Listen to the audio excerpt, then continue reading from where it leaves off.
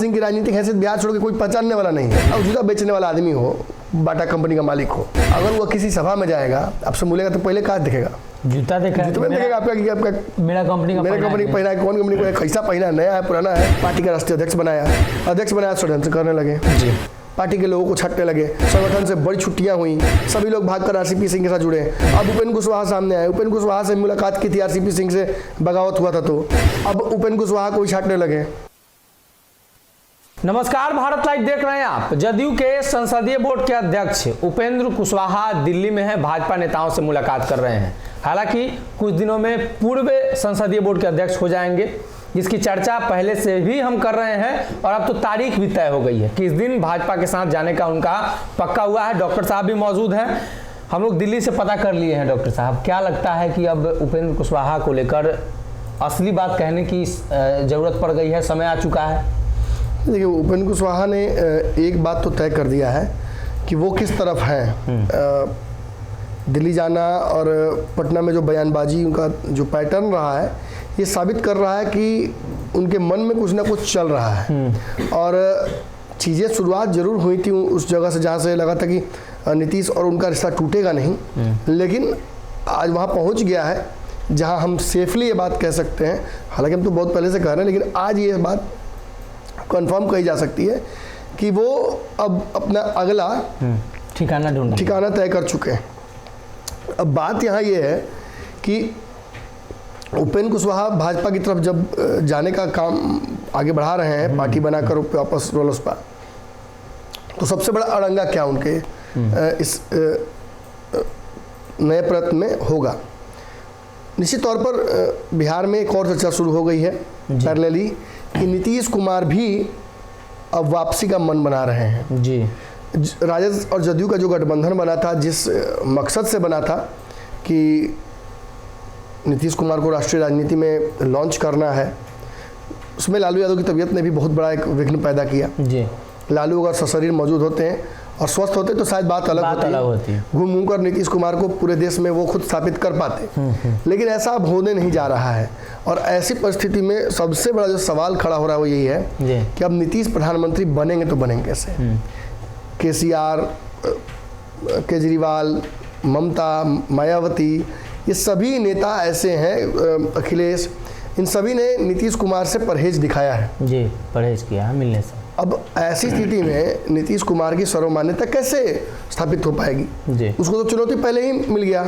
और ऐसी स्थिति में अगर प्रयास भी करते हैं ललन सिंह, तेजस्वी यादव, तो किस कैपेसिटी में करेंगे? तेजस्वी यादव की राजनीतिक हैसियत क्या है पूरे देश में?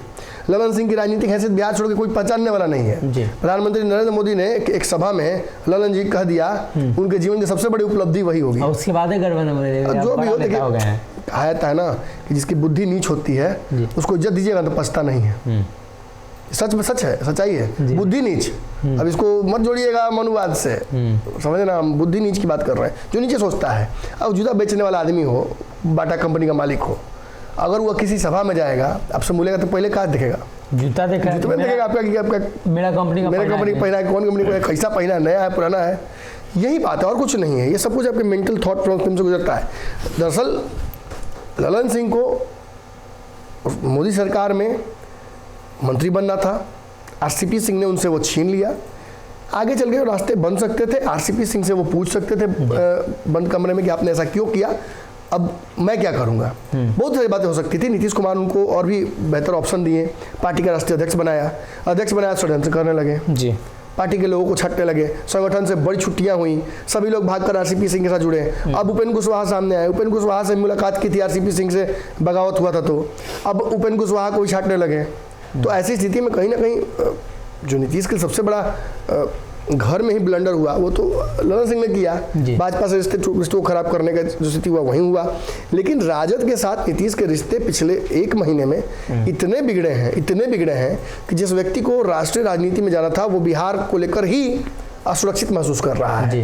नीतीश कुमार पूरे बिहार में घूमकर तेजस्वी को भी अवॉइड कर रहे हैं और साथ ही साथ अपनी खोई हुई साख को, पार्टी की साख को नहीं, बात समझिएगा, पार्टी की साख अब नहीं खड़े होने वाली है, बल्कि अपनी खोई हुई साख को और ब्यूरोक्रेटिक नेक्सस को बिहार में फिर से मजबूत करने चले गए हैं जी। साथ ही साथ वो मैसेज दे रहे हैं भाजपा को कि आपको जो चुनौती देने की बात कही थी वो सफल नहीं हो पा रही। मैं अब बिहार पर फोकस कर रहा हूँ। भाजपा को कई बार उन्होंने इशारों में ये बात कही है कि सुशील मोदी होते या फलाना नेता होते तो बात अलग होती।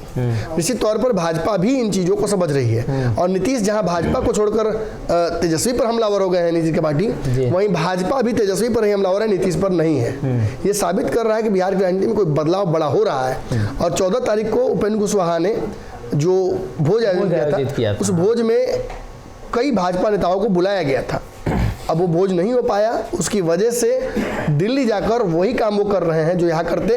और दिल्ली एम्स में जो 3 दिन का उनका प्रवास है, दिल्ली वाला लेकिन ज़्यादा प्रभावशाली लग रहा है, ज़्यादा प्रभावशाली होगा भी। और ये एक तलवार लटकाता है नीतीश कुमार के ऊपर कि उपेंद्र कुशवाहा अगर पहले से आरसीपी सिंह है, चिराग पासवान है, कल अपने मैंने कहा था वेटिंग वाली बात, और अब उसमें उपेंद्र कुशवाहा आ गए, तो अब नीतीश के लिए बड़ा मुश्किल हो जाएगा अगर फैसला तुरंत नहीं लेते हैं। ऐसे में एक वर्चुअल रेस दोनों के बीच में हो गया है कि कौन भाजपा से अपने रिश्ते सुधारता है। क्योंकि पिछली बार जब उपेंद्र कुशवाहा भाजपा के साथ गए थे तो नीतीश साल भर 2 साल बाद वापस जब आए थे तो उपेंद्र कुशवाहा पहले व्यक्ति थे जो भागे थे जी, फिर मांझी, फिर अलग अलग लोग भागते गए। तो ऐसे में इन दोनों के बीच रेस जरूर है, लेकिन रेस का अंतिम दिन जो है वो कब है वो आप बता पाइएगा जी।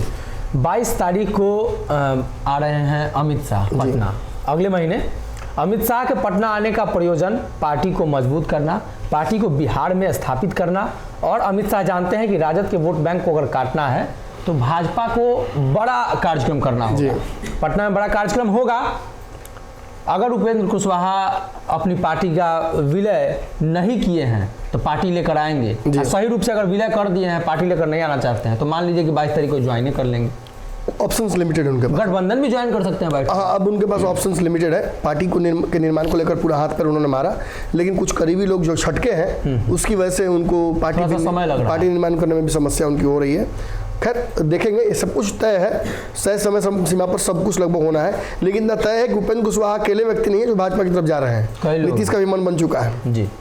तो कहीं ना कहीं उपेंद्र कुशवाहा के दिल्ली में भाजपा नेताओं से मुलाकात महज ये मुलाकात नहीं और ये संकेत भी नहीं है, ये पुख्ता सबूत है कि उपेंद्र कुशवाहा का अब नज़रिया किस तरफ है, कुशवाहा किस तरफ ढूंढने वाले हैं। अगर ये वीडियो पसंद आई और वह बिहार के राजनीति और बिहारियत से सरोकार रखेनी तो सब्सक्राइब बटन दबा के चैनल के सब्सक्राइब कर ली। ओजे एगो घंटी बा, ओकरा बटन दबा देला से कुल सटीक और मारक खबर रुआ मुफ्त में मिल जाई। अगर रुआ पत्रकारिता के हमनी के नया प्रयोग में सहयोग कर चाहतानी तो ज्वाइन बटन दबा दी। Paytm number note